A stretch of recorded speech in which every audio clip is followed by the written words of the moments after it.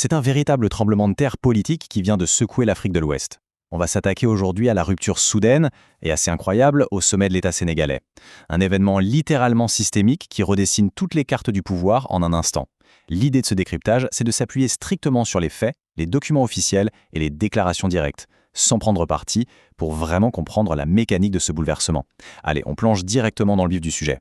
Ce décret daté du 22 mai 2026, c'est pas juste un bout de papier administratif, c'est l'instant T, la minute exacte où le paysage politique sénégalais a totalement basculé.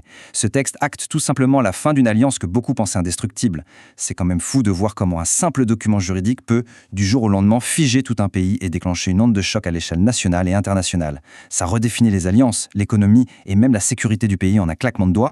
Au programme de cette analyse, on va d'abord examiner le décret historique, puis on replongera dans le contexte et les tensions, ensuite on regardera les réactions immédiates, la menace sur la cybersécurité, et enfin on terminera sur l'onde de choc systémique.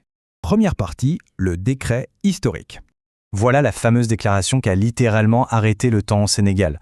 Elle a été élue en direct à la télévision nationale, sur la RTS 1, par le secrétaire général de la présidence, Oumar Sambaba. Et ce texte fait un truc énorme. Il dissout le gouvernement, purement et simplement, et démet de ses fonctions le très influent Premier ministre Ousmane Sonko. Imaginez un peu le poids du moment, les programmes télé sont coupés, le silence s'installe partout, de Dakar à Ziguinchor, et boum, la nouvelle tombe. Ce qu'il faut vraiment retenir, c'est que ça entraîne la chute immédiate de tous les ministres et secrétaires d'État. Ils se retrouvent juste à gérer les affaires courantes. C'est d'une brutalité institutionnelle inouïe, tombée un vendredi soir, qui vient clore des mois de rumeurs persistantes et de tractations. Bref, l'architecture de l'État est entièrement à refaire.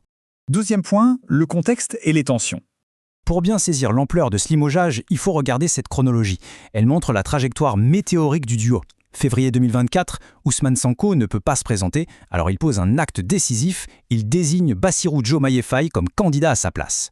Une victoire écrasante s'ensuit, c'est le triomphe de leur projet commun. En avril, Sonko devient le chef du gouvernement, l'homme de terrain. Et en novembre 2024, leur parti, le PASTEF, rafle la majorité absolue aux législatives. Mais bon, le pouvoir, ça use. Très vite, la machine s'enraye. On passe d'un front totalement uni à des frictions au sommet de l'État.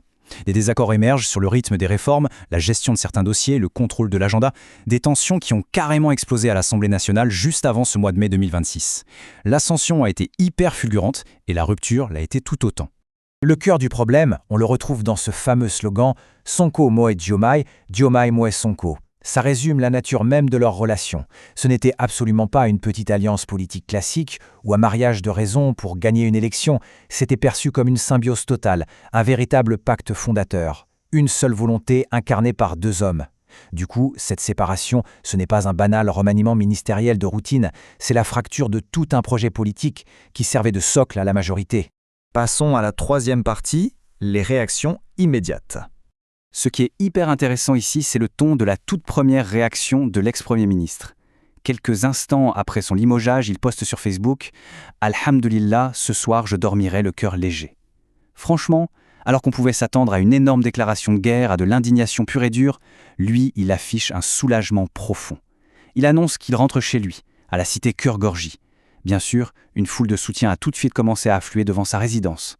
Mais avec ces mots de résignation apaisée, on assiste à un coup de communication extrêmement bien maîtrisé. Ça désamorce directement le risque d'un affrontement violent dans les rues de la capitale.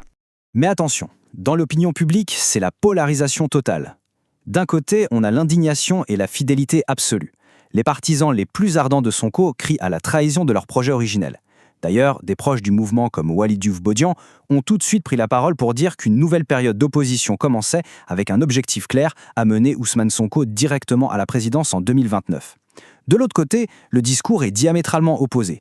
Une grande partie de l'opinion et des acteurs économiques expriment un réel soulagement.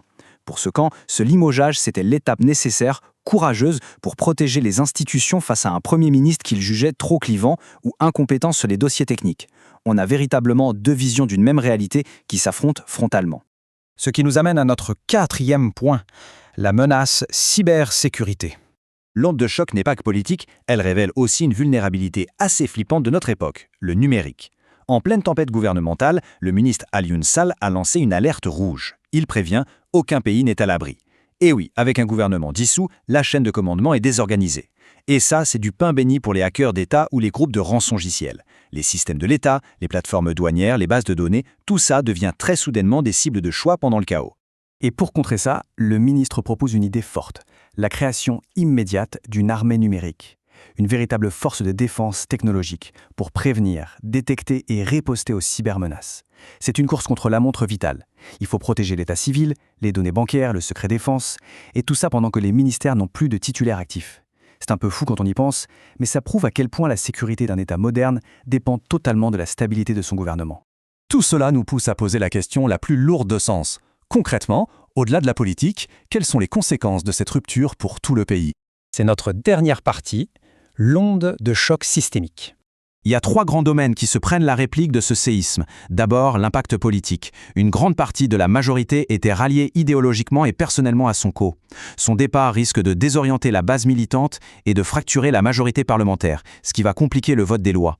Ensuite, l'impact social. Sonko, c'est une figure hyper émotionnelle qui mobilise énormément la jeunesse et la diaspora. Ce limogeage agit comme un immense déclencheur de polarisation dans l'espace public. Et enfin, le nerf de la guerre, l'économie. Les marchés détestent l'incertitude. Et avec ce flou total, les investisseurs deviennent extrêmement prudents, menaçant directement les financements vitaux de l'État. C'est exactement ce qu'on appelle l'attentisme. En gros, les partenaires internationaux, les agences de notation, ils appuient sur le frein. Ils gèlent les fonds. Les contrats d'infrastructure sont mis sur pause.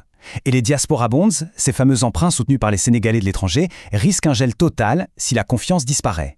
Le marché s'en fiche un peu du nom du Premier ministre. Ce qu'il déteste, c'est ne pas savoir où le pays va. La balle est donc dans le camp de l'État, qui doit prouver en un temps record que son économie est solide et qu'elle ne va pas s'effondrer juste à cause du départ d'un homme. Et pour terminer, voici vraiment la grande réflexion de fond.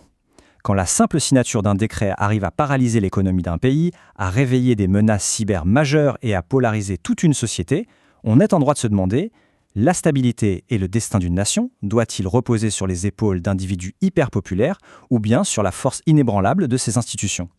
C'est le grand défi historique qui attend le Sénégal et ça façonne ni plus ni moins l'avenir de la démocratie. Voilà pour cette analyse, on a fait le tour des faits, à très vite pour un prochain décryptage.